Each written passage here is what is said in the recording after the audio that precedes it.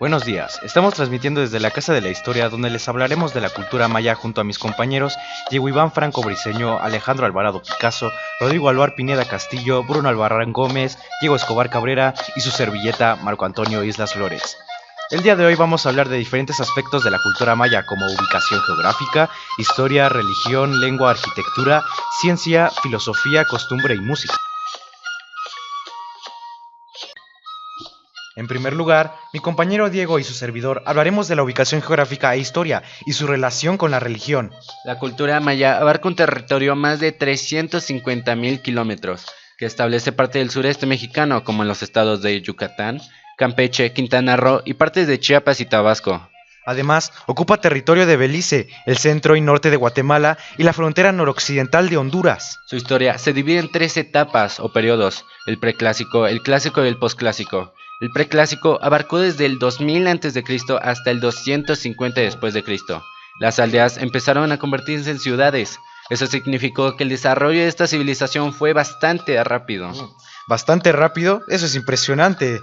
Pero ¿sabes qué es muchísimo más impresionante? Es que en el periodo clásico, que abarcó desde el año 250 hasta el 900 después de Cristo, se desarrolló el área del urbanismo. En esta etapa se creó el famosísimo calendario maya.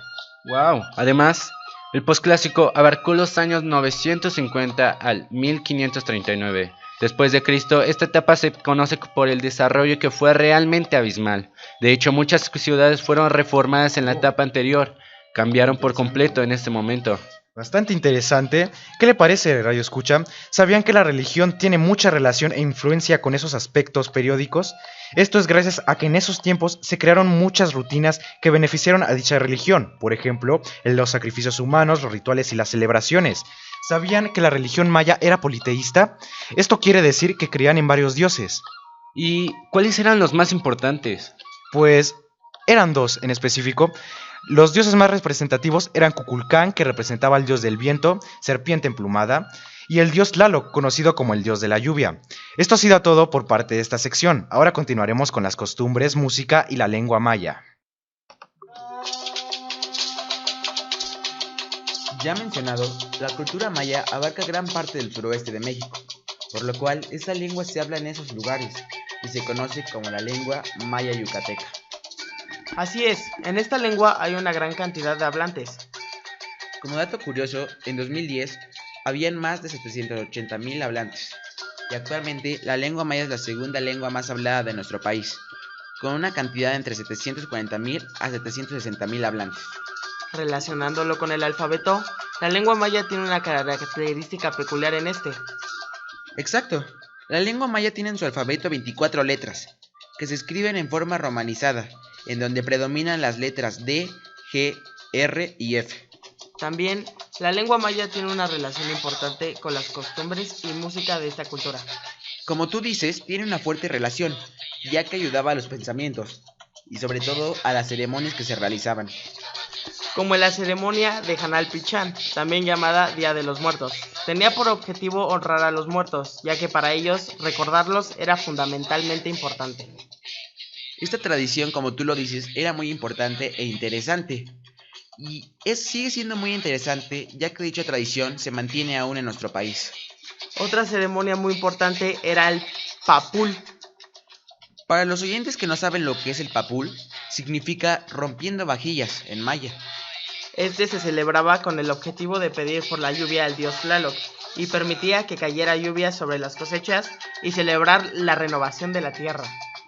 Todo esto que estás hablando de las tradiciones es muy interesante, pero habías mencionado que había una relación con la música, ¿no? Así es, una de las relaciones de las que hablaba era el significado y el nombre de dicha música, ya que para ellos la música era una costumbre muy importante y la usaban para rituales y sesiones religiosas. Por ejemplo, la canción que están escuchando de fondo se llama Xixotepec, que representa la conexión con el niño interno. Bueno, oyentes, esto ha sido el final de esta sección.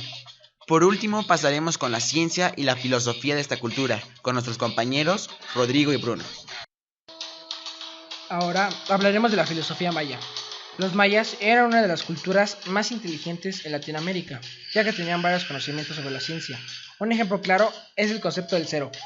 La civilización maya era accesible a la filosofía, buscaba verdades profundas por encima del caos y la confusión de sus vidas cotidianas.